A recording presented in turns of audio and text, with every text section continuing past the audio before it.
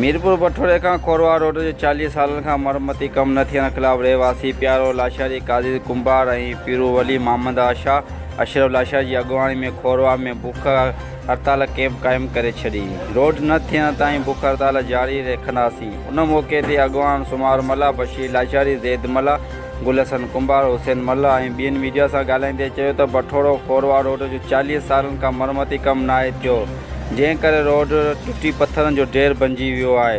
Road में वॾा खॾा हुअण करे मुसाफ़िर सफ़र करण में सख़्त मुश्किलातुनि खे मुंहुं ॾेई रहिया आहिनि।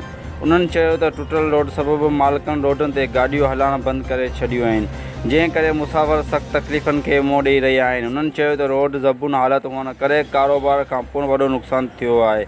उन्हनि एला अख़्तियारनि खां मुतालबो कयो त बठोड़ो खोरवा रोड जी मरम्मती कम कराए रहवासियुनि में परेशानी ख़त्म कई वञे। ॿिए सूरत में हड़ताल जो एहतजाज जो दायरो वधायो वेंदो। Report Ashraf Chandio, shine news.